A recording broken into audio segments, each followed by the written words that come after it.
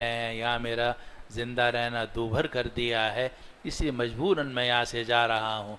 اس پر یہ آیت نازل ہوئی جو سورہ محمد کی 13ویں آیت ہے، اور اللہ سبحانہ و تعالی نے آپ کو یہ بات بتلائی کہ صرف یہی ایک بستی نہیں ہے، اس سے پہلے بڑی بڑی بستیاں تھیں، بڑی طاقت والی تھیں، وہاں کے رہنے والے بھی بڑے طاقتور تھے، طرح طرح کی ان کو نعمتیں ملی ہوئی تھیں، لیکن انہوں نے ظلم کیا اور انبیاء کرام کو ستایا تو ہم نے ان کو ہلاک کر دیا۔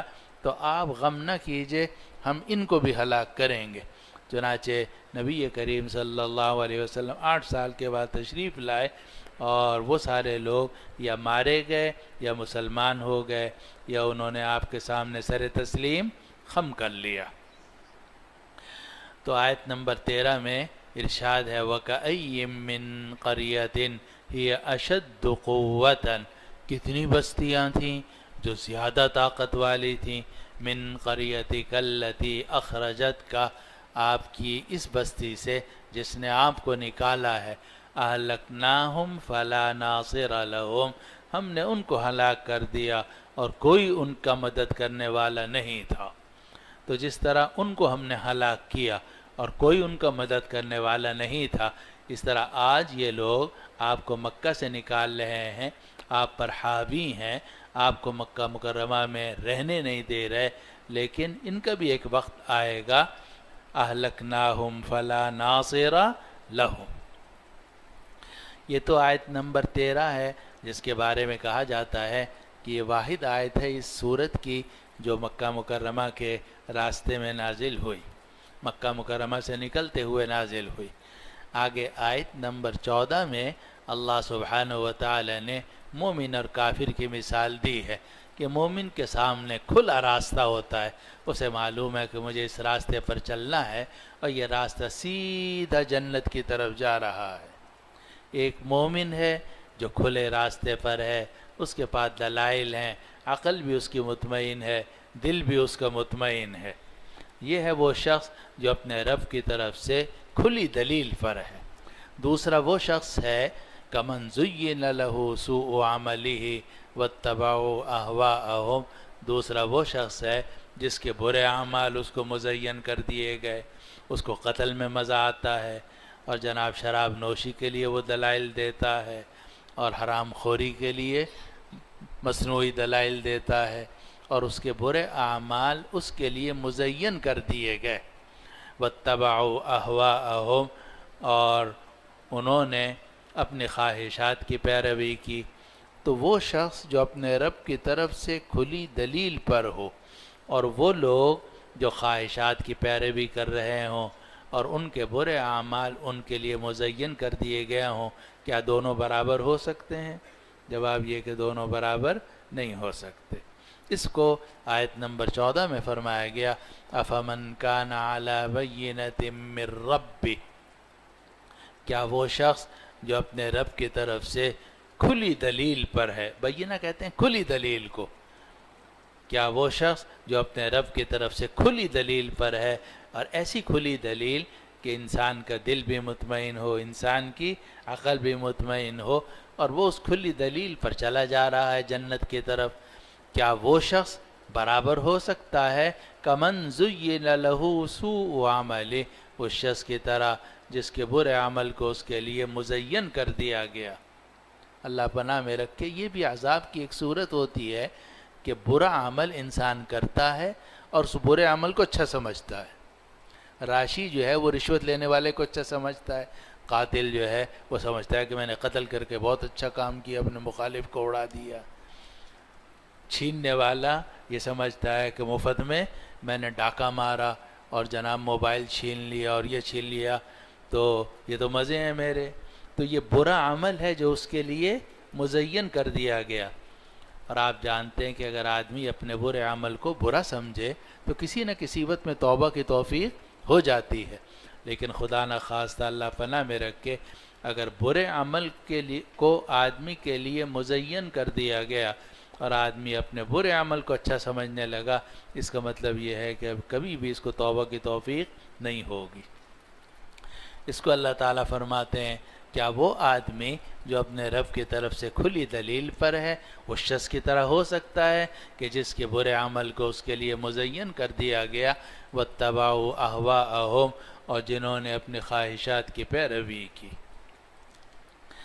آگے آیت نمبر 15 میں اللہ سبحانہ وتعالی نے جنتیوں کی نعمتوں کا ذکر کیا۔ وہ شخص جو کھلی دلیل پر ہے جنت کی طرف جا رہا ہے، وہ جنت میں پہنچ جائے گا، اور وہ شخص جس کے برے عمل اس کے لیے مزین کر دیے گئے اور جو اس کا دل چاہ رہا ہے وہ کر رہا ہے، حرام کھانے کو دل چاہ رہا ہے تو حرام کھا رہا ہے، شراب پینے کو دل چاہ رہا ہے تو شراب پی رہا ہے، ڈاکہ مارنے کو دل چاہ رہا ہے تو ڈاکہ مار رہا ہے، قتل کرنے کو دل چاہ رہا ہے تو قتل کر رہا ہے۔ واتبعوا اہواءہم، ان کا کیا انجام ہوگا؟ تو یہ جو آیت نمبر 15 ہے اس میں اللہ سبحانہ وتعالی نے جنتیوں کی جنت کا ذکر کیا ہے اور جہنمیوں کی جہنم کا ذکر کیا۔ تو سب سے فرمایا مثل الجنت التی وعد المتقون، اس جنت کی صفت جس کا متقی لوگوں سے وعدہ کیا گیا، اس جنت کی صفت جس کا متقی لوگوں سے وعدہ کیا گیا ہے، فیہا انہار من ماء غیر آسن، اس میں نہریں ہیں ایسے پانی کی جن میں کوئی چیز ملی ہوئی نہیں ہے، نتھرا ہوا پانی، صاف ستھرا پانی۔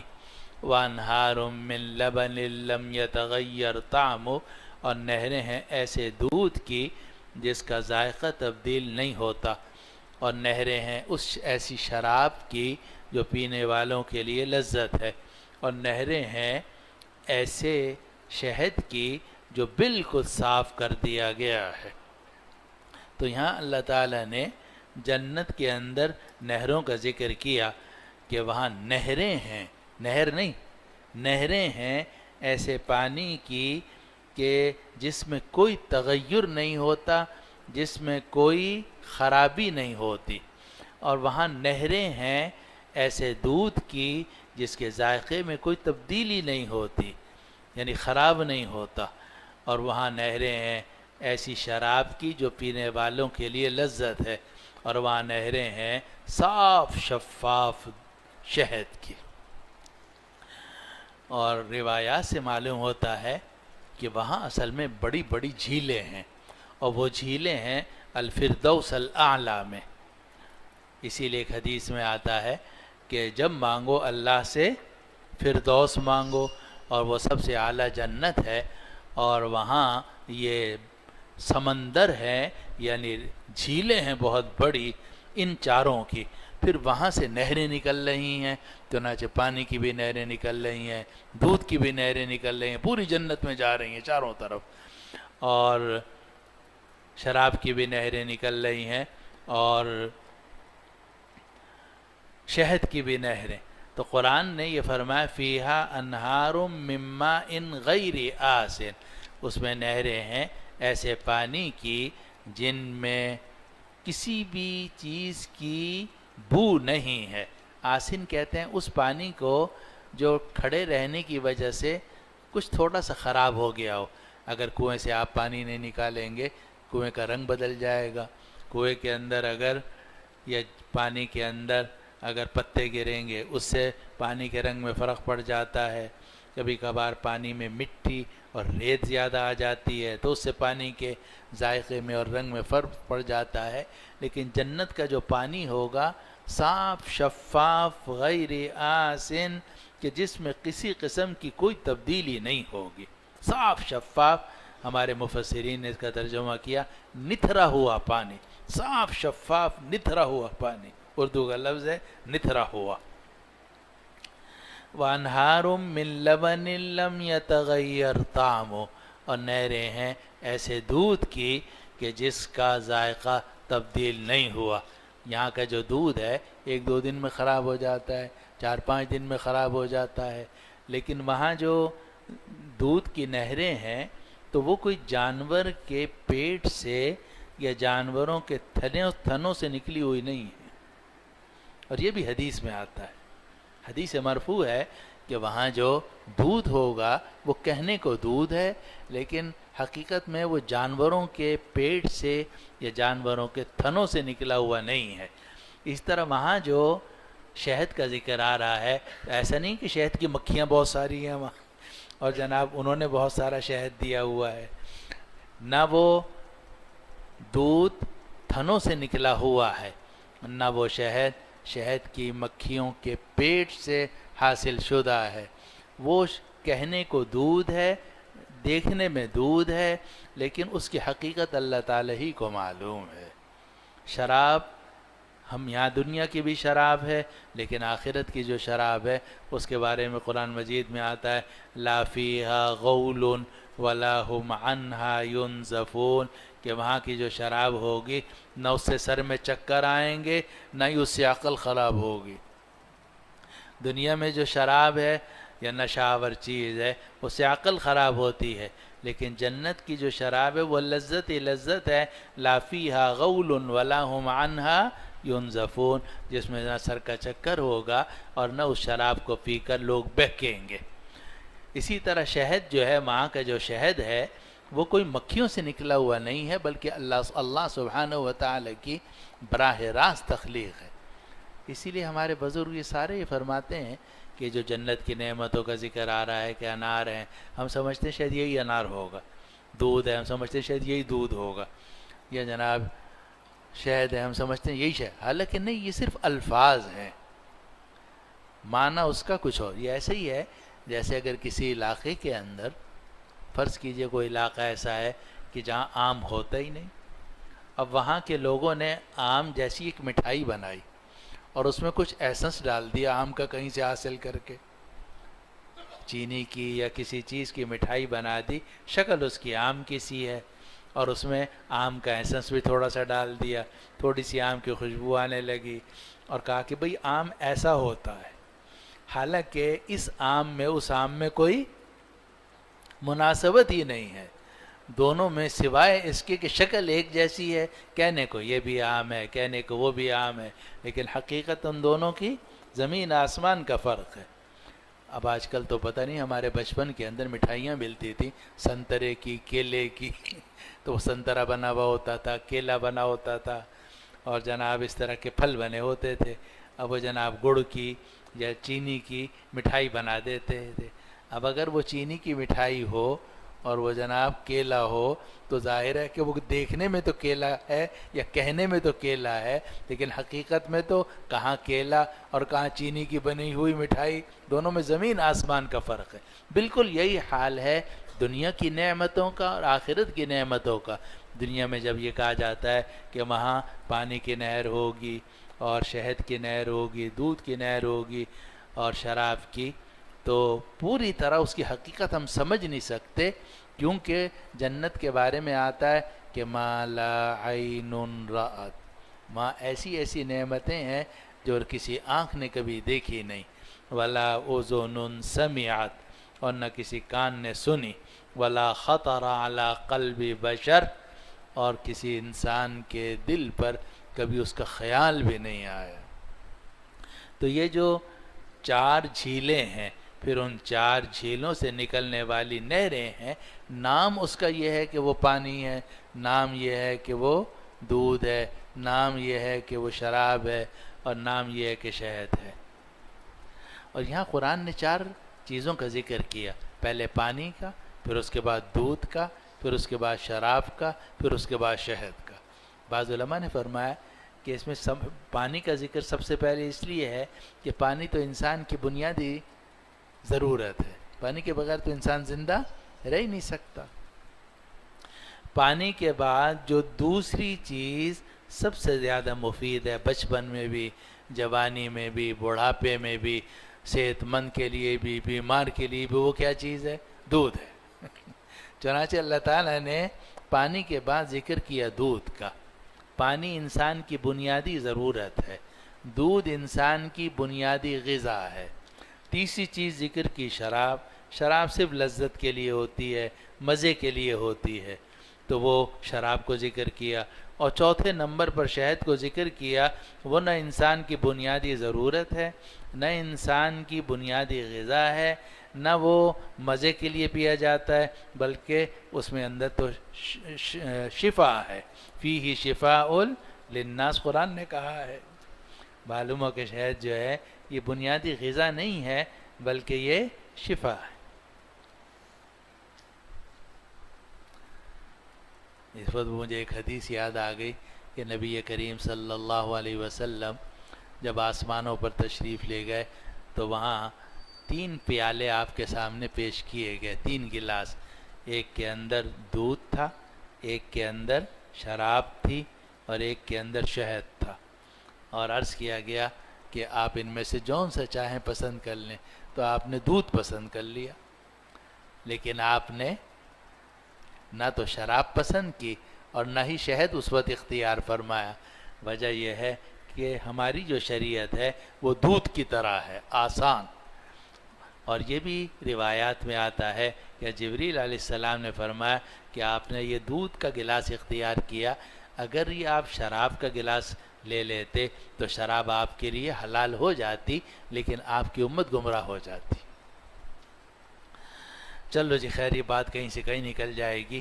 تو یہاں قرآن کہہ رہا ہے کہ اس جنت کی مثال جس کا متقی لوگوں سے وعدہ کیا گیا، اس میں نہریں ہیں ایسے پانی کی جس میں کوئی تغیر نہیں ہے، اور نہریں ہیں ایسے دودھ کی جس کے ذائقے میں کوئی تبدیلی نہیں ہے، اور اس میں نہریں ہیں ایسی شراب کی جو پینے والوں کے لیے لذت ہے.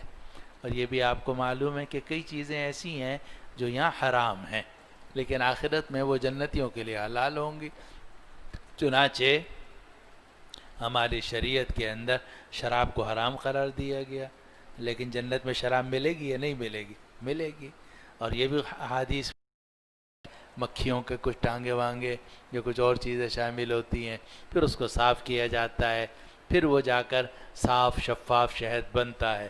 لیکن وہاں جو شہد ہوگا وہ چونکہ مکھیوں سے نکلا ہوا نہیں ہوگا بلکہ اللہ سبحانہ و تعالیٰ کے براہ راست کن سے پیدا کیا گیا ہوگا، فیکون، تو اس لیے وہ مصفہ ہوگا. وانہار من عسل مصفہ.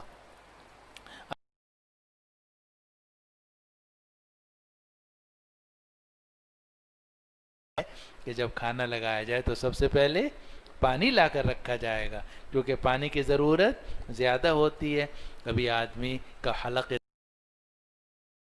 ناراض نہیں ہوگا. ہم جنت میں پہنچ گئے ہیں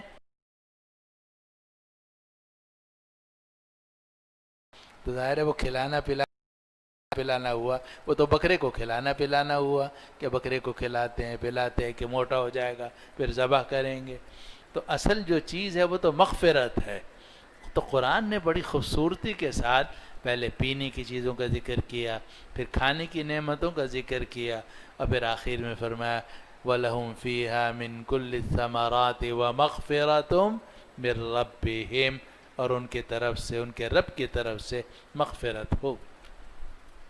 ایک حدیث میں آتا ہے کہ اللہ سبحانہ و تعالی جنتیوں کے پاس جائیں گے، تجلی فرمائیں گے.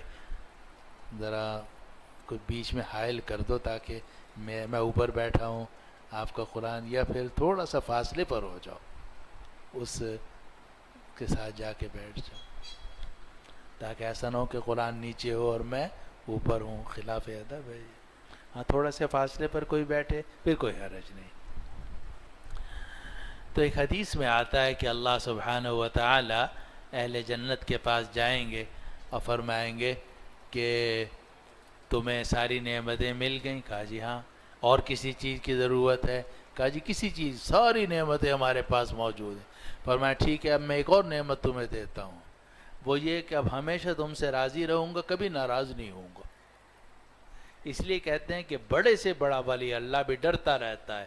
کچھ معلوم نہیں کہ اللہ تعالیٰ ہم سے کس وقت ناراض ہو جائے، ہماری کون سی حرکت ایسی ہو. اللہ پناہ میں رکھے کہ جو اللہ تعالیٰ سے ہمیں دور کر دے. اللہ تعالیٰ ہم سب کو محفوظ رکھے. تو وہاں جو سب سے بڑی نعمت ہوگی وہ کیا ہے؟ مغفرت، اللہ کی رضامندی. تو فرمایا وَلَهُمْ فِيهَا مِن كُلِّ الثَّمَرَاتِ، اور ان کے لیے ہر طرح کے پھل ہوں گے. وَمَغْفِرَةٌ مِّن رَبِّهِمْ، اور ان کے رب کی طرف سے مغفرت ہوگی۔ آگے جہنمیوں کا ذکر ہے کہ یہ جنتی کیا ان جہنمیوں کی طرح ہو سکتے ہیں؟ کمن ہوا خالد فی النار، کیا یہ جنتی ان لوگوں کی طرح ہو سکتے ہیں جو آگ میں ہمیشہ رہیں گے؟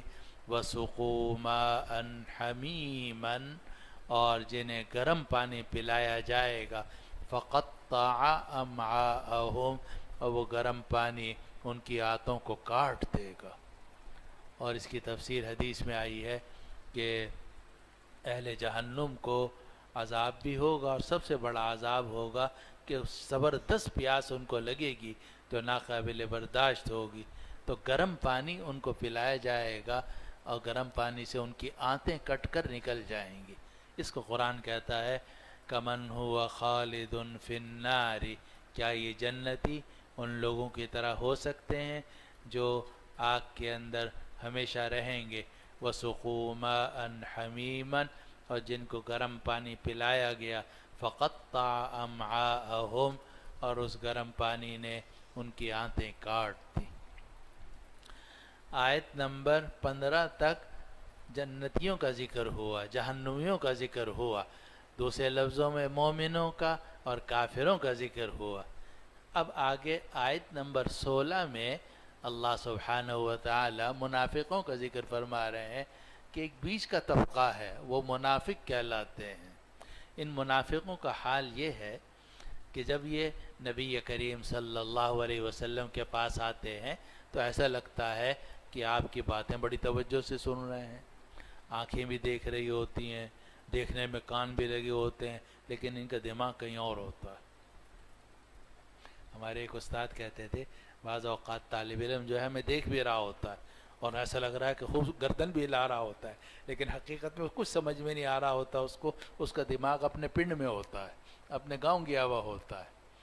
تو یہ جو منافق تھے یہ بیٹھتے تھے نبی کریم صلی اللہ علیہ وسلم کی مجلس میں، تو ایسا لگتا تھا کہ بڑا کان لگا کر سن رہے ہیں، لیکن جب باہر نکلتے تھے تو صحابہ سے پوچھتے تھے کہ ابھی ابھی محمد نے کیا کہا ہے، ابھی ابھی رسول اللہ نے کیا کہا ہے، کچھ پتہ نہیں تھا ان کو۔ اس کو قرآن کہتا ہے وَمِنْهُمْ مَنْ يَسْتَمِعُ إِلَيْكَ، انہی لوگوں میں سے کچھ لوگ وہ ہیں جو دیکھنے میں کان لگا کر آپ کی بات سنتے ہیں، حَتَّى إِذَا خَرَجُوا مِنْ عِنْدِكَ، لیکن یہ لوگ جب آپ کے پاس سے نکلتے ہیں، قَالُوا لِلَّذِينَ أُوتُوا الْعِلْمَ، تو جن لوگوں کو علم دیا گیا یعنی ایمان دیا گیا ان سے پوچھتے ہیں ماذا قال آنفا، ابھی ابھی انہوں نے کیا کہا ہے، یعنی سنا بھی، مجلس میں بیٹھے بھی، لیکن ان کی سمجھ میں کچھ نہیں آیا، جیسے آئے تھے ویسے ہی اٹھ کر چلے گئے، نہ دماغ متاثر ہوا، نہ دل متاثر ہوا، نہ دین کی کوئی بات ان کی سمجھ میں آئی، تو باہر نکل کر دوسروں سے پوچھتے ہیں ماذا قال آنفا، ابھی ابھی انہوں نے کیا بات کہی تھی۔ آنفا کا مطلب ابھی۔ اللہ تعالیٰ فرماتے ہیں اولئک الذین طبع اللہ علی قلوبہم، یہ وہ لوگ ہیں کہ اللہ نے ان کے دلوں پر مہر لگا دی ہے، واتبعوا اہواءہم، اور انہوں نے اپنے خواہشات کی پیروی کی ہے۔ یہ منافق ہیں، یہ یہاں آپ کی مجلس میں اس لیے آتے ہیں کہ یہاں کچھ مل جائے دنیاوی چیز، پھر یہ کافروں کی طرف جاتے ہیں تو وہاں بھی ان کا مقصد یہ ہوتا ہے کہ وہاں سے کچھ دنیا حاصل کر لیں، تو یہ خواہشات کی پیروی کرنے والے ہیں، اور چونکہ یہ خواہشات کی پیروی کرتے ہیں تو اللہ تعالیٰ نے ان کے دلوں پر مہر لگا دی، ختم اللہ علی قلوبہم وعلی سمعہم وعلی ابصارہم غشاوہ ولہم عذاب عظیم، وہی بات جو سورہ بقرہ الف لام میم کی شروع میں ہے، اسی سے ملتی جلتی بات یہاں فرمائی کہ اولئک الذین طبع اللہ علی قلوبہم، یہ وہ لوگ ہیں کہ اللہ نے ان کے دلوں پر مہر لگا دی، واتبعوا اہواءہم، اور انہوں نے اپنی خواہشات کی پیروی کی۔ آگے آیت نمبر 17 میں اللہ تعالیٰ یہ بات ارشاد فرماتے ہیں کہ جو لوگ ہدایت یافتہ ہوتے ہیں، ایمان والے ہوتے ہیں، ہر روز ان کے ایمان میں اضافہ ہوتا ہے۔ جیسے کافروں کے کفر میں جو وقت گزرتا جائے گا کفر ان کا گاڑھے سے گاڑھا، غلیظ سے غلیظ ہوتا چلا جائے گا۔ اسی طرح جو ایمان والے ہیں، اگر وہ ایمان اور اعمال صالحہ کا خیال رکھیں تو روز بروز ان کی ہدایت میں، ان کے ایمان میں اور ان کے تقوی میں اضافہ ہوتا چلا جاتا ہے۔ اس کو فرمایا آیت نمبر 17 میں کہ والذین اہتدوا زادہم ھدی وآتاہم تقواہم، اور جو لوگ ہدایت یافتہ ہیں زادہم ھدی، اللہ تعالیٰ ان کی ہدایت میں اضافہ فرماتا ہے، وآتاہم تقواہم، اور اللہ نے ان کو تقوی عطا فرما دیا ہے کہ وہ ہر گناہ سے بچنے کی کوشش کرتے ہیں، اور اگر گناہ ہو جائے تو فوراً توبہ کر لیتے ہیں۔ تو التائب من الذنب کمن لا ذنب لہ، تو پھر وہ صاف ستھرے ہو جاتے ہیں۔ تو فرمایا کہ جو لوگ یہ ہدایت یافتہ ہیں، اللہ نے ان کی ہدایت میں اضافہ کر دیا اور ان کو تقوی کی دولت عطا کی۔ آگے آیت نمبر 18 میں ارشاد ہے فَهَلْ يَنظُرُونَ إِلَّا السَّاعَةَ أَن تَأْتِيَهُمْ بَغْتَةً، کیا یہ کافر انتظار کر رہے ہیں قیامت کا کہ اچانک قیامت ان کے اوپر آ جائے؟ فَقَدْ جَاءَ أَشْرَاطُهَا، تو قیامت کی علامات تو آ چکی ہیں۔ فَأَنَّىٰ لَهُمْ إِذَا جَاءَتْهُمْ ذِكْرَاهُمْ، فَأَنَّىٰ لَهُمْ ذِكْرَاهُمْ إِذَا جَاءَتْهُمْ، جب قیامت آ جائے گی تو ان کو کہاں سے نصیحت کا موقع ملے گا؟ تو پہلی بات یہ ارشاد فرمائی کہ فَهَلْ يَنظُرُونَ إِلَّا السَّاعَةَ أَن تَأْتِيَهُمْ بَغْتَةً، کیا یہ کافر انتظار کر رہے ہیں قیامت کا کہ قیامت اچانک آ جائے تب ہم جناب توبہ کریں گے؟ آگے فرمایا فَقَدْ جَاءَ أَشْرَاطُهَا، قیامت کی علامات تو آ گئی ہیں۔ چنانچہ قیامت کی علامات میں سب سے پہلی علامت نبی کریم صلی اللہ علیہ وسلم کا دنیا میں آنا ہے۔ جب آپ دنیا میں آ گئے، آپ کی بعثت ہو گئی، اس کا مطلب یہ کہ اب آگے کوئی نبی آنے والا نہیں ہے، آپ خاتم النبیین ہیں، لا نبی بعد، اب قیامت تک کوئی نبی نہیں آئے گا۔ اور اسی لیے نبی کریم صلی اللہ علیہ وسلم نے اپنی 2 انگلیوں کو فرمایا کہ میں اور قیامت اس طرح ہے، انا والساعہ کہاتین، یعنی ان 2 انگلیوں کے بیچ میں کوئی اور انگلی نہیں ہے۔ اسی طرح میں اور قیامت ساتھ ساتھ ہے، میں آگے ہوں، قیامت میرے پیچھے پیچھے ہے۔ فرمایا کہ کیا یہ لوگ نہیں انتظار کر رہے مگر قیامت کا کہ قیامت ان پر اچانک آ جائے، بغتتاً اچانک آ جائے۔ فَقَدْ جَاءَ أَشْرَاطُهَا، تو قیامت کی علامات تو آ چکی ہیں۔ فَأَنَّىٰ لَهُمْ إِذَا جَاءَتْهُمْ ذِكْرَاهُمْ، تو جب قیامت ان کے پاس آئے گی تو کہاں ان کو نصیحت ہوگی؟ فَأَنَّىٰ لَهُمْ ذِكْرَاهُمْ إِذَا جَاءَتْهُمْ، اصل جملہ اس طریقے سے ہے فَأَنَّىٰ لَهُمْ إِذَا جَاءَتْهُمْ ذِكْرَاهُمْ، جب قیامت ان کے پاس آئے گی تو ان کو نصیحت کا موقع کہاں ملے گا؟ کیونکہ جب سور پھونکا جائے گا تو سور تو بڑھتا ہی چلا جائے گا، پھر اس کے بعد کسی کی توبہ قبول نہیں ہے۔ اس کو قرآن کہتا ہے فَأَنَّىٰ لَهُمْ إِذَا جَاءَتْهُمْ ذِكْرَاهُمْ، تو جب قیامت ان کے پاس آ جائے گی تو کہاں ان کو نصیحت کا موقع ملے گا؟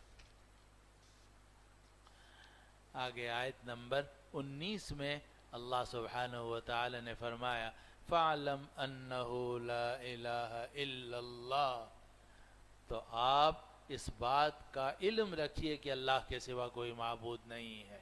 وَاسْتَغْفِرْ لِذَنبِكَ، اور اے نبی آپ اپنی غلطیوں پر استغفار کرتے رہیے۔ وَلِلْمُؤْمِنِينَ وَالْمُؤْمِنَاتِ، اور مومن مردوں اور مومن عورتوں کے لیے مغفرت طلب کیجئے۔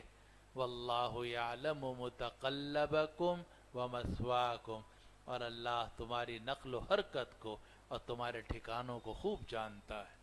اللہ تمہاری نقل و حرکت کو اور تمہارے ٹھکانوں کو جانتا ہے۔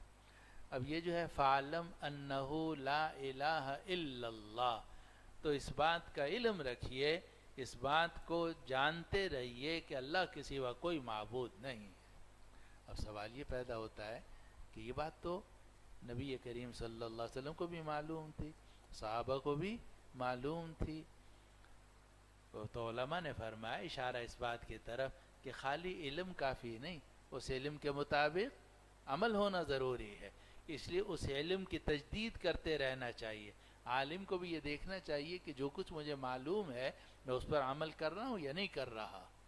تو اللہ تعالیٰ نے نبی کریم صلی اللہ علیہ وسلم کو فرمایا فَعْلَمْ أَنَّهُ لَا إِلَهَ إِلَّا اللَّهُ. تو آپ یہ بات اپنے علم میں رکھیے کہ اللہ کے سوا کوئی معبود نہیں. اس لیے اگر مانگنا ہے تو اللہ سے مانگنا ہے، رجوع کرنا ہے تو اللہ تعالیٰ کی طرف رجوع کرنا ہے، توکل کرنا ہے، بھروسہ کرنا ہے تو اللہ تعالیٰ کی طرف بھروسہ کرنا ہے، مدد مانگنی ہے تو اللہ سے مدد مانگنی ہے، دعا کرنی ہے تو اللہ سے دعا کرنی ہے. یہ معنی ہے لا الہ الا اللہ کا. تو آپ اس بات کو جانتے رہیے، جانتے تو ہیں لیکن جانتے رہیے کہ لا الہ الا اللہ، اللہ کے سوا کوئی معبود نہیں. اور اسی لیے ایک روایت میں آپ نے سنا ہوگا کہ جددو ایمانکم بلا الہ الا اللہ، اپنے ایمان کی تجدید کرتے رہا کرو لا الہ الا اللہ کے ساتھ، یعنی وقتاً فوقتاً لا الہ الا اللہ کہتے رہا کرو. میرے شیخ حضرت مولانا مسیح اللہ صاحب قدس اللہ سرہ نے مجھے نصیحت کی کہ چلتے پھرتے لا الہ الا اللہ لا الہ الا اللہ لا الہ الا اللہ، اور 3-4 مرتبہ جب سانس ٹوٹنے لگے پھر کہہ دو محمد الرسول اللہ صلی اللہ علیہ وسلم. تو فرمایا کہ لا الہ الا اللہ لا الہ الا اللہ لا الہ الا اللہ، ایمان کی تجدید ہو گئی. جب کہا ایک مرتبہ محمد الرسول اللہ صلی اللہ علیہ وسلم تو درود شریف کی توفیق ہو گئی. تو افضل الذکر لا الہ الا اللہ پر بھی عمل ہو گیا اور درود شریف کی بھی توفیق ہو گئی.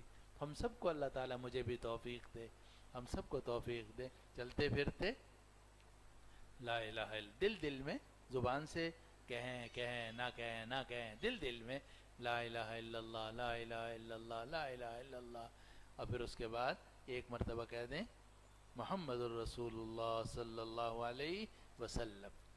تو یہ لا الہ الا اللہ افضل الذکر ہے، اس کا ورد کرتے رہنا چاہیے، اس کے ذریعے سے ایمان کی تجدید کرنی چاہیے.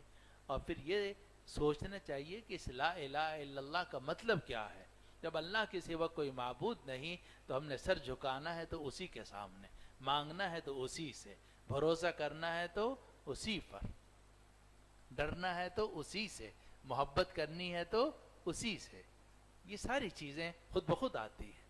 اس کو فرمایا فَعْلَمْ أَنَّهُ لَا إِلَهَ إِلَّا اللَّهُ، اے نبی آپ یہ جانتے رہیے کہ اللہ کے سوا کوئی معبود نہیں ہے. وَاسْتَغْفِرْ لِذَنبِكَ، اور اپنی غلطیوں پر استغفار کرتے رہیے. اب سوال یہ ہے کہ نبی کریم صلی اللہ علیہ وسلم سے تو گناہ نہیں ہوتے تھے. جواب یہ کہ ہاں آپ گناہوں سے معصوم تھے، لیکن نبی بھی ہر وقت تو عبادت میں مصروف نہیں رہتا. اس کے ساتھ مختلف قسم کی حاجتیں ہیں، اس کو بھی وضو کی ضرورت پڑتی ہے، اس کو بھی غسل کی ضرورت پڑتی ہے.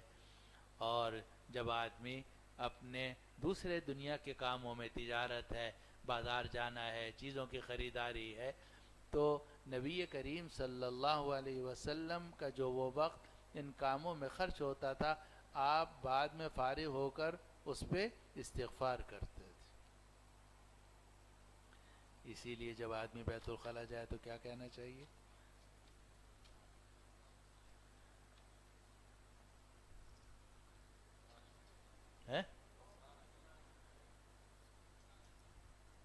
جب باہر نکلے تو غفرانک الحمدللہ الذی اذھب عنی الاذی وعافانی. جب داخل ہو تو شیطان سے پناہ مانگے، جب باہر نکلے تو غفرانک، اے اللہ آپ کی مغفرت چاہتا ہوں، الحمدللہ الذی اذھب عنی الاذی وعافانی. تو نبی معصوم ہوتا ہے، اس سے گناہوں کا تو صدور نہیں ہوتا، لیکن نبی بھی بار بار استغفار کرتا ہے. اسی لیے ایک روایت میں آتا ہے کہ نبی کریم صلی اللہ علیہ وسلم نے فرمایا یا ایھا الناس توبوا الی اللہ، اے لوگو اللہ سے توبہ کیا کرو، استغفار کیا کرو. اور فرمایا واللہ انی لاستغفر اللہ فی کل یوم اکثر من 70 مرۃ، اللہ کی قسم میں بھی 70 مرتبہ سے زیادہ اللہ سے استغفار کرتا ہوں. اسی لیے جو آدمی نیک ہوگا وہ استغفار کرے گا، کیونکہ اس سے بھی کچھ جتنا ہی بڑا نیک کیوں نہ ہو، ٹھیک ہے آپ بہت نیک ہیں ماشاءاللہ، آپ سب بہت نیک ہیں، لیکن غلطیاں تو ہر ایک سے ہوتی ہیں، یہ غلطیاں ہر ایک سے ہوتی ہیں، بعض غلطیوں کا ہمیں پتہ چلتا ہے، بعض غلطیوں کا ہمیں خود بھی اندازہ نہیں ہوتا، اس لیے ہمیں استغفار کرتے رہنا چاہیے۔ اس کو اللہ تعالیٰ فرما رہے ہیں وَاسْتَغْفِرْ لِذَنبِكَ وَلِلْمُؤْمِنِينَ وَالْمُؤْمِنَاتِ، استغفار کیجئے اپنی غلطیوں کی پر، اور استغفار کیجئے مومنین کے لیے اور مومنات کے لیے۔ وَاللَّهُ يَعْلَمُ مُتَقَلَّبَكُمْ وَمَثْوَاكُمْ، اور اللہ جانتا ہے تمہاری نقل و حرکت کو اور تمہارے ٹھکانے کو۔ متقلبکم، تقلب کہتے ہیں الٹنا پلٹنا۔ وما سمی القلب قلبا الا لانه يتقلب، تو متقلب کہتے ہیں الٹنا پلٹنا۔ تو اللہ جانتا ہے تمہاری نقل و حرکت کو کہ تم کب کیا کر رہے ہو، ہر نقل و حرکت اللہ تعالیٰ کے علم میں ہے، یہ ہے متقلب۔ واللہ یعلم متقلبکم، اللہ تمہاری نقل و حرکت جانتا ہے۔ ومثواکم، اور تمہارا ٹھکانہ بھی جانتا ہے۔ ٹھکانے کا سے دنیا کا ٹھکانہ بھی مراد ہو سکتا ہے کہ جب تم رات کی تاریکی میں گھر جاتے ہو تو جہاں ٹھہر کر تاریکی میں چادر اوڑھ کے کمبل اوڑھ کے سوتے ہو، اللہ اس کو بھی دیکھ رہا ہوتا ہے، اللہ اس کو بھی جانتا ہے۔ اور مسوا سے آخرت کا ٹھکانہ بھی مراد ہو سکتا ہے کہ اللہ کو معلوم ہے کہ اس آدمی کا ٹھکانہ آخر میں کہاں ہوگا، جنت ہوگی یا اللہ پناہ میں رکھے دوزخ ہوگی، اعاذنا اللہ من ذلک۔ اس کو قرآن کہتا ہے واللہ یعلم متقلبکم ومثواکم، اللہ جانتا ہے تمہاری نقل و حرکت کو اور تمہارے ٹھکانے کو۔ آگے جو آیت نمبر 20 ہے اس کا ایک پس منظر ہے۔ پس منظر یہ ہے کہ صحابہ رضوان اللہ علیہم اجمعین نے تقریباً 14 سال بڑے صبر سے کام لیا۔ 13 سال تو مکہ مکرمہ میں رہے صحابہ، رسول اللہ صلی اللہ علیہ وسلم بھی، صحابہ بھی، اور جو مشرکین مکہ تھے انہوں نے صحابہ کو اور نبی کریم صلی اللہ علیہ وسلم کو بہت تکلیفیں پہنچائیں، لیکن ان حضرات نے انتقام نہیں لیا، کیونکہ حکم یہ تھا کہ صبر کرو صبر کرو صبر کرو۔ پھر جب ہجرت کر کے آپ مدینہ منورہ آ گئے تو بھی 1 سال تک یہی حکم رہا کہ صبر کرو صبر کرو صبر کرو۔ پھر سفر سن 2 ہجری میں آیت نازل ہو گئی اذن للذین یقاتلون بانہم ظلموا، تو 13-14 سال تک تمام صحابہ صبر کرتے رہے، لیکن یہ چاہتے تھے کہ ہمیں اجازت مل جائے ہم ان ظلم کرنے والوں کے ظالموں کا ہاتھ توڑیں، ہیں جی، اور ان اپنا دفاع کریں اور ہمیں جہاد کی اجازت ملے۔ لیکن 13-14 سال تک جہاد کی اجازت نہیں ملی، بلکہ صبر کی بھٹی سے ان کو گزارا گیا تاکہ ان میں تحمل پیدا ہو جائے، صبر کی، کیونکہ صبر ایک مرتبہ انسان کو نصیب ہو جائے اس سے بڑی کوئی دولت نہیں۔ حدیث میں آتا ہے کسی آدمی کو صبر سے بڑھ کر کوئی دولت نہیں دی گئی۔ تو 13-14 سال تک صحابہ صبر کرتے رہے، لیکن یہ چاہتے تھے کہ جہاد کا حکم نازل ہو تاکہ ہم ان کی پتھر کا جواب پتھر سے، اینٹ کا جواب اینٹ سے دیں۔ اب اس کے بعد اللہ سبحانہ وتعالی نے سفر سن 2 ہجری میں جہاد کی آیات نازل کر دیں، چنانچہ مسلمانوں کو جہاد کی اجازت مل گئی۔ اب جو مسلمان تھے تو وہ تو خوش ہوئے کہ اب ٹھیک ہے، اب ہم کافروں کے ظلم کو روکیں گے اور ان کے پتھر کا جواب پتھر سے دیں گے، اینٹ کا جواب اینٹ سے دیں گے۔ لیکن وہاں کچھ منافق بھی تھے۔ منافقوں نے اسلام اس لیے قبول کیا تھا تاکہ مسلمانوں کے جو مالی فائدے ہیں اس میں ہم شریک ہو جائیں۔ وہ لڑنے بڑنے کے قائل نہیں تھے، جہاد کے وہ قائل نہیں تھے، وہ نہیں چاہتے تھے کہ جناب ہم اللہ کے راستے میں جہاد کریں۔ تو جب آیات جہاد نازل ہوئیں مسلمان تو خوش ہوئے لیکن منافقوں پر ایسا لگا جیسے ان پہ موت آ گئی ہے۔ اس کو قرآن کہتا ہے وَيَقُولُ الَّذِينَ آمَنُوا لَوْلَا نُزِّلَتْ سُورَةٌ، ایمان والے کہنے لگے کہ کیوں کوئی صورت نازل نہیں کی گئی، یعنی ایسی صورت نازل کی جائے جس میں ہمیں جہاد کی اجازت مل جائے۔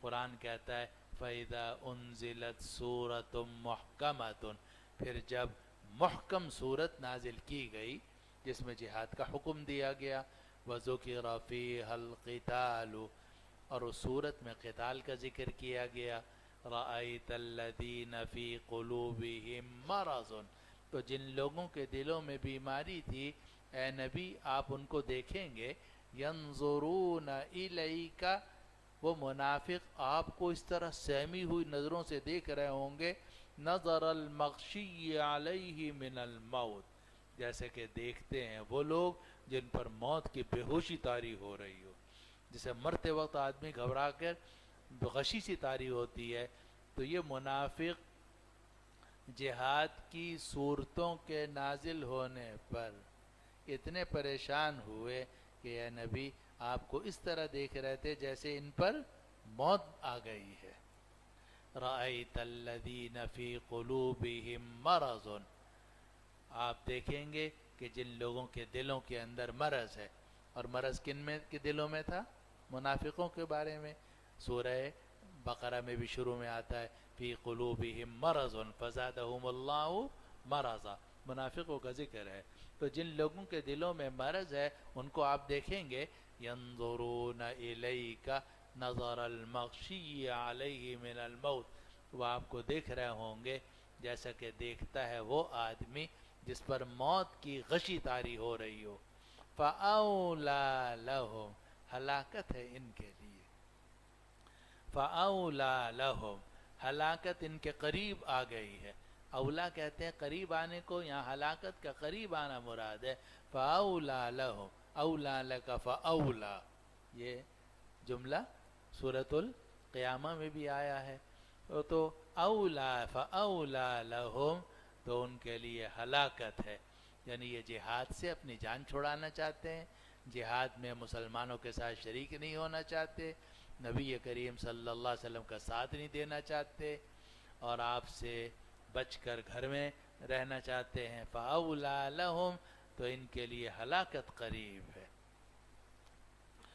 طاعۃ وقول معروف فإذا عزم الأمر فلو صدقوا اللہ لکان خیرا لہم، ان کو اطاعت اختیار کرنی چاہیے، صحیح بات کہنی چاہیے۔ فإذا عزم الأمر، اور جب معاملہ سنجیدہ ہو جائے یعنی لڑائی کا وقت آ جائے، فلو صدقوا اللہ، اس وقت میں اگر یہ اللہ سے سچے رہیں، لکان خیرا لہم، تو ان کے لیے بہتر ہوگا۔ ان کو چاہیے کہ نبی کی اطاعت اختیار کریں، درست بات کہیں، اور جب معاملہ سنجیدہ ہو جائے یعنی قتال کا وقت آ جائے، فلو صدقوا اللہ لکان خیرا لہم، تو اگر یہ اللہ سے سچے رہیں، ایمان میں سچے رہیں، جہاد میں حصہ لیں، لکان خیرا لہم، تو یہ ان کے لیے بہتر ہوگا۔ طاعۃ وقول معروف، ان کو اطاعت اختیار کرنی چاہیے، معروف بات کہنی چاہیے۔ فَإِذَا عَزَمَ الْأَمْرُ، اور جب معاملہ سنجیدہ ہو جائے، فَلَوْ صَدَقُوا اللَّهَ لَكَانَ خَيْرًا لَهُمْ، تو پھر اگر یہ اللہ کے سامنے سچے رہیں تو یہ ان کے لیے بہتر ہوگا۔ یہ ایک ترجمہ ہے جو میں نے آپ کے سامنے کیا، لیکن بعض مفسرین نے اس کا ایک اور ترجمہ بھی کیا ہے۔ انہوں نے یہ ترجمہ کیا کہ طاعت وقول معروف، یہ منافق دیکھنے میں طاعت کرتے ہیں، باتیں بھی ان کی بہت اچھی ہیں۔ فَإِذَا عَزَمَ الْأَمْرُ، لیکن جب معاملہ سنجیدہ ہو جائے، فَلَوْ صَدَقُوا اللَّهَ، اس وقت میں اگر یہ اللہ کے ساتھ سچے رہیں، لَكَانَ خَيْرًا لَهُمْ، تو پھر ان کے لیے بہتر ہوگا۔ یہ دوسرا ترجمہ بھی ہو سکتا ہے، کیونکہ جب مزے آ رہے ہوں، دعوتیں ہو رہی ہیں سبھی ساتھ ہو جاتے ہیں، لیکن جب پریشانی کا وقت آ جائے اس وقت میں کوئی آپ کا ساتھ دے، اس کا مطلب یہ کہ وہ آپ کے ساتھ دینے میں سچا ہے۔ تو دیکھنے میں تو یہ طاعت بھی اختیار کرتے ہیں اور باتیں بھی بڑی اچھی ہیں ان کی، لیکن جب معاملہ سنجیدہ ہو جائے اس وقت میں پتہ چلے گا کہ کون سچا ہے اور کون جھوٹا ہے۔ یہ وہ بات ہے جو قرآن مجید میں ایک جگہ آتی کہ ایک جگہ ہے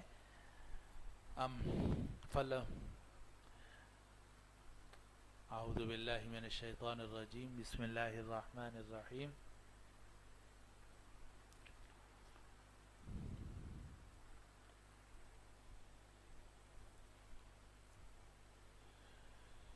لِيَعْلَمَ اللَّهُ الَّذِينَ صَدَقُوا وَلَيَعْلَمَنَّ الْكَاذِبِينَ۔ 20ویں پارے میں کہاں سے آیت سورہ شروع ہو رہی ہے؟ سورۃ العنکبوت، تو کہاں سے شروع ہو رہی ہے؟ وَلَقَدْ فَتَنَّ الَّذِينَ مِن قَبْلِهِمْ، ہم نے ان سے پہلے لوگوں کو آزمایا ہے۔ ہم ہر مسلمان کو آزماتے ہیں، صحابہ کو بھی آزمایا گیا، پہلے لوگوں کو بھی ہم نے آزمایا، اب بھی ہم آزمائیں گے۔ فَلَيَعْلَمَنَّ اللَّهُ الَّذِينَ صَدَقُوا، تاکہ اللہ جان لے کہ کون لوگ اپنے ایمان میں سچے ہیں، وَلَيَعْلَمَنَّ الْكَاذِبِينَ، اور تاکہ اللہ جان لے کہ کون لوگ جھوٹے ہیں۔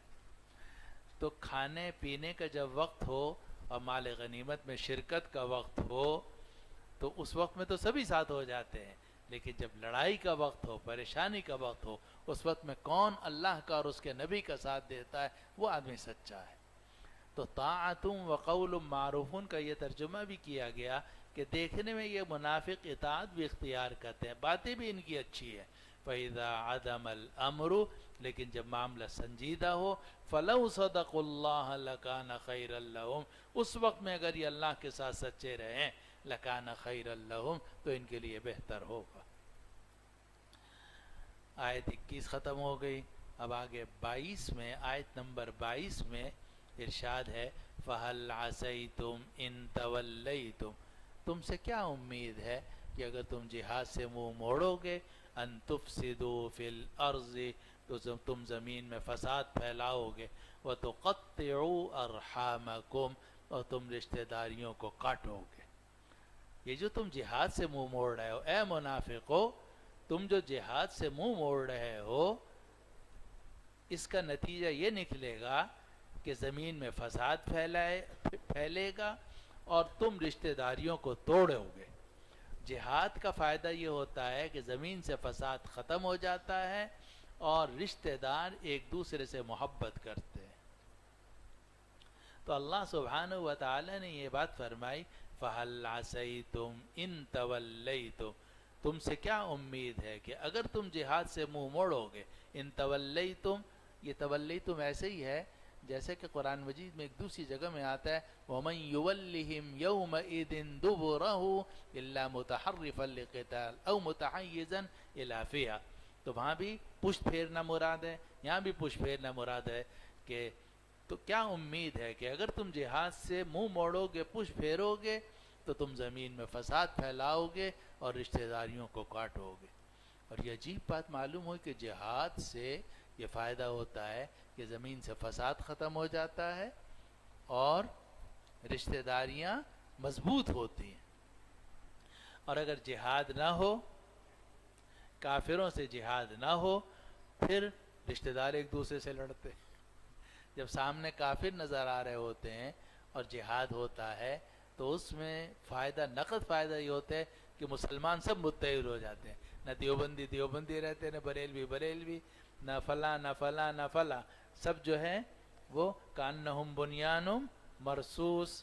وہ جب 1965 کی جنگ ہوئی تو 1965 کی جنگ میں میں نوجوان سا لڑکا تھا، تو مجھے یاد ہے کہ 17 دن وہ جنگ رہی، 6 ستمبر 1965 کو شروع ہوئی تھی اور پھر وہ جنگ جاری رہی۔ ان 17 دنوں میں پورے ملک میں نہ کوئی چوری ہوئی، نہ ڈاکہ پڑا اور نہ کوئی جناب جرم ہوا۔ سارے لوگ متفق تھے کہ بھئی انڈیا نے حملہ کر دیا ہے اور وہ ہمارے اوپر حملہ آور ہے. لاہور کے ایک حصے پر انہوں نے قبضہ کر لیا تھا، بی آر بی نہر تک وہ پہنچ گئے تھے. بی آر بی نہر پہ ان کو روکا گیا. یہ باٹا پور اور فلاں فلاں یہ سارا ان کے قبضے میں چلا گیا تھا، انڈیا والوں کے قبضے میں چلا گیا تھا. تو سارے مسلمان متحد ہو گئے تھے. تو جہاد کا فائدہ یہ ہوتا ہے کہ آپس کا اختلاف ختم ہو جاتا ہے اور مسلمان یکجان ہو جاتے ہیں. اور جب جہاد ختم ہوتا ہے تو مسلمان پھر آپس میں لڑنا شروع ہو جاتے ہیں. یہ بھی عجیب بات ہے. اسی کو نبی کریم صلی اللہ علیہ وسلم نے ایک حدیث میں فرمایا کہ مسلمانوں پر دو تلواریں جمع نہیں ہوتی. ایک تلوار مال کفار، دوسرا تلوار بین المسلمین. اگر باہر کی تلوار چل رہی ہوگی، کفار کے ساتھ مقابلہ ہو رہا ہوگا، مسلمان متحد رہیں گے. اور اگر باہر تلوار نہیں چلے گی تو پھر کیا ہوگا؟ پھر آپس میں لڑیں گے. چنانچہ یہاں قریب کے زمانے میں ہم نے دیکھا کہ جس زمانے میں روس آیا اور روس نے جناب حملہ کیا تو سارے جتنے مجاہدین تھے سب اکٹھے ہو گئے اور سب نے اکٹھے ہو کر روس کا مقابلہ کیا، یہاں تک کہ روس کے ٹکڑے کر دیے اور روس کی ریاستیں آزاد ہو گئیں. لیکن جیسے ہی روس سے خطرہ ختم ہوا سارے مجاہدین آپس میں لڑنے لگے. چنانچہ آج تک جناب افغانستان میں وہ لڑائی جاری ہے. تو جب کافروں کے ساتھ لڑائی ہوتی ہے، جہاد ہوتا ہے، اس کا نقد فائدہ یہ ہوتا ہے کہ فساد ختم ہو جاتا ہے، رشتہ داریاں مضبوط ہو جاتی ہیں. تو اللہ سبحانہ و تعالی یہاں یہ فرما رہے ہیں فَهَلْ عَسَيْتُمْ إِن تَوَلَّيْتُمْ، تم سے کیا امید ہے کہ اگر تم جہاد سے منہ موڑو گے تفسدوا فی الارض، تو تم زمین میں فساد پھیلاؤ گے.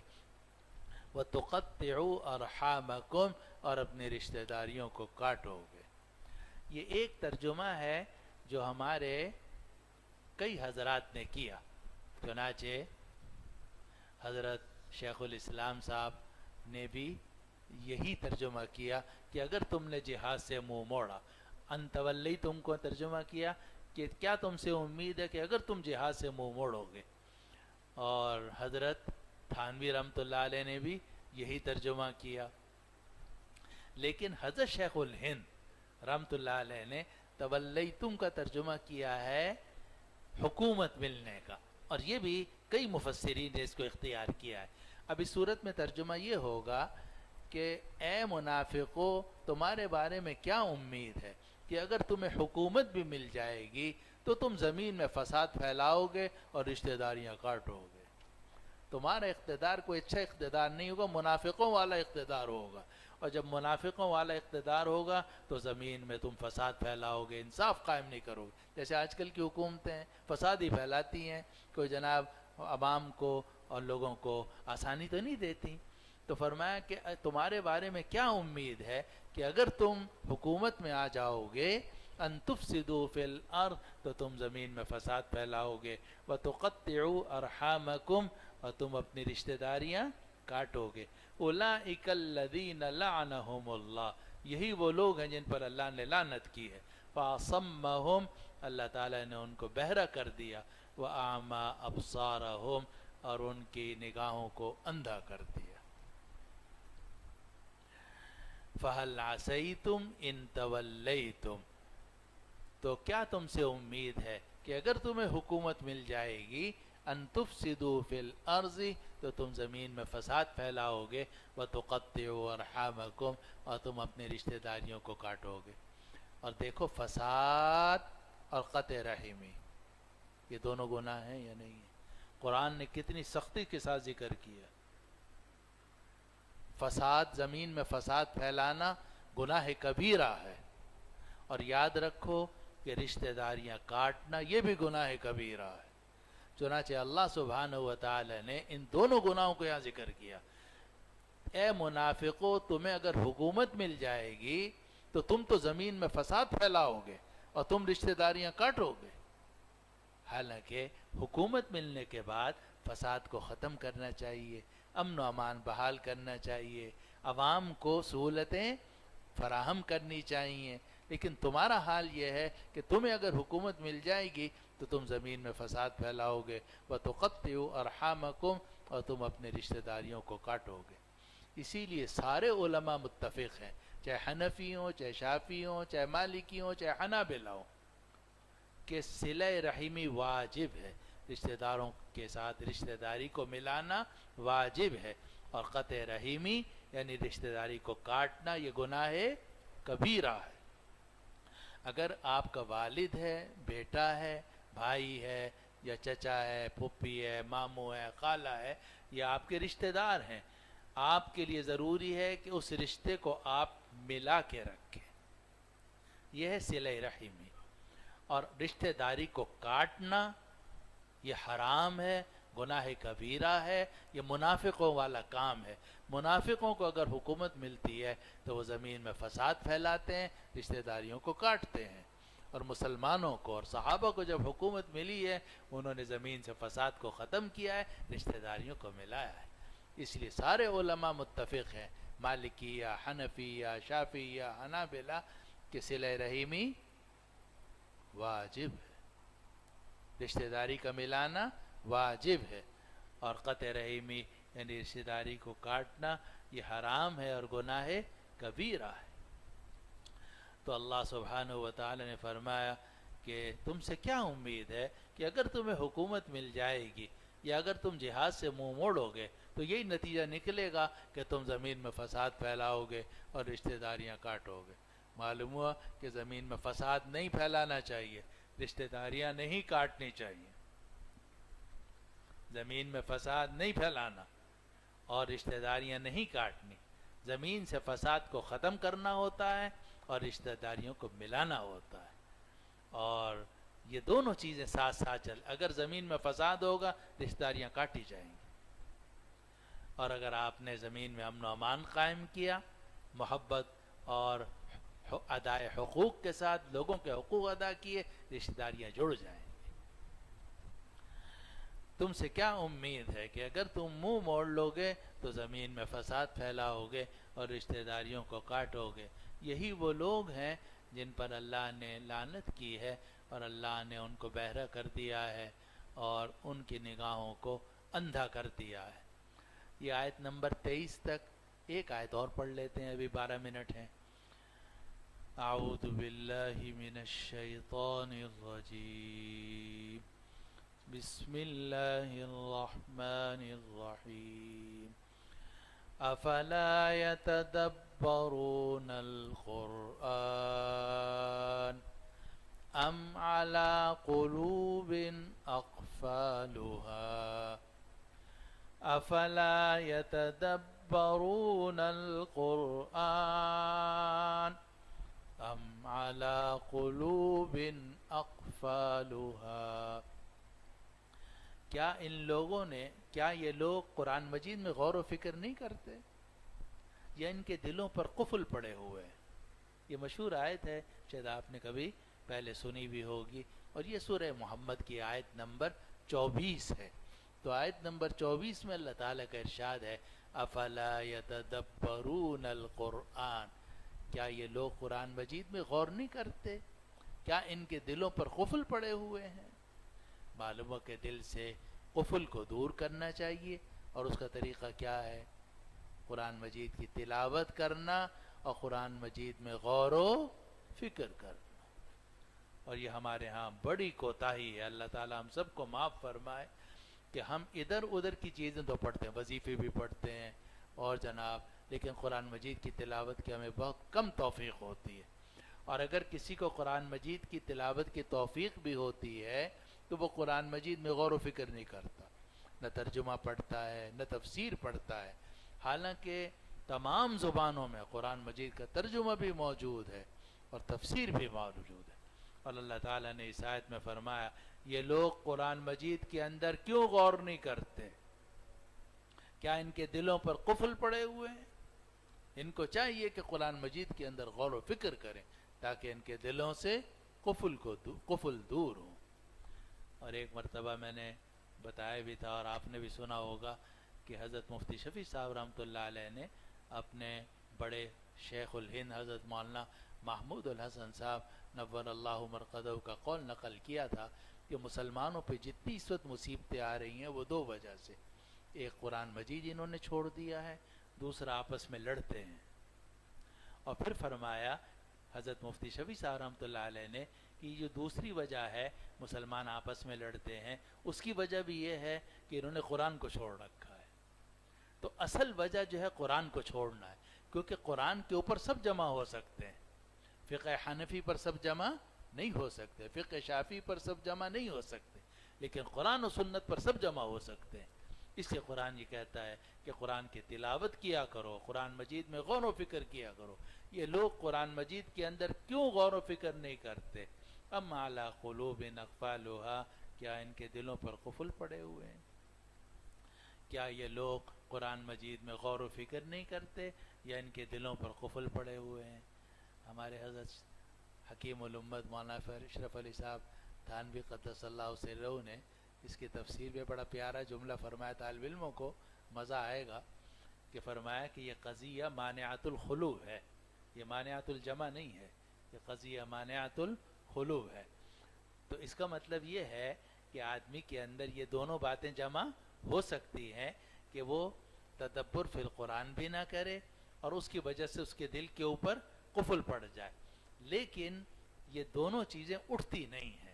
اگر کوئی آدمی منافق ہے یا نفاق اس کے اندر پایا جا رہا ہے، اس میں سے ان دو چیزوں میں سے ایک چیز ہوگی، یا تو اس کے دل پر قفل پڑے ہوئے ہیں یا وہ قرآن مجید کے اندر غور و فکر نہیں کرتا۔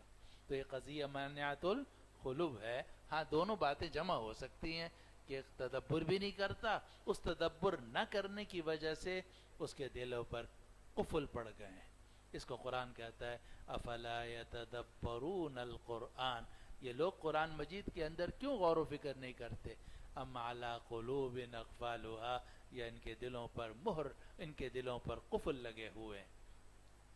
اسی لیے ہمارے اکابر فرماتے ہیں کہ دن میں 2 وقت نکالنے چاہیے، صبح تھوڑا سا وقت نکالو، اس میں تلاوت قرآن کرو، پھر شام کو تھوڑا سا وقت نکالو، اس میں قرآن مجید کا ترجمہ اور تفسیر کا مطالعہ کرو۔ اب دیکھو آپ نے اس وقت یہاں بیٹھ کر مجھ سے یہ سورہ محمد کچھ سنی ہے، اب اگر اللہ تعالیٰ آپ کو توفیق دے تو اس پورے ہفتے میں سورہ محمد پڑھتے رہیں اور اس پہ غور و فکر کرتے رہیں۔ کچھ آپ نے مجھ سے سن لیا، کچھ تفسیر معارف القرآن ہے، تفسیر عثمانی ہے، اور دوسری تفاسیر بہت ہے اردو میں بھی عربی میں بھی، ان کو پڑھیں تاکہ قرآن مجید کے اندر غور و فکر کرنے کا موقع ملے۔ اللہ تعالی ہم سب کو قرآن مجید کی تلاوت کی بھی توفیق عطا فرمائے اور قرآن مجید میں غور و فکر کی بھی توفیق عطا فرمائے۔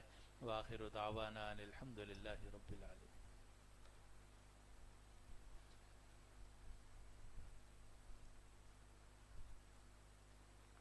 دعا کر لیجیے۔ الحمد للہ رب العالمین والعاقبۃ للمتقین والصلاة والسلام علی سیدنا و شفیعنا و مولانا محمد وعلی آلہ وصحبہ اجمعین۔ یا ارحم الراحمین یا رب العالمین، ہمارے اس بیٹھنے کو اپنی بارگاہ میں قبول فرما لیجئے۔ یا اللہ ہمیں قرآن مجید کی تلاوت کی توفیق عطا فرما، قرآن مجید کو سمجھنے کی توفیق عطا فرما، قرآن مجید کو تھامنے کی توفیق عطا فرما، قرآن مجید میں غور و فکر کی توفیق عطا فرما۔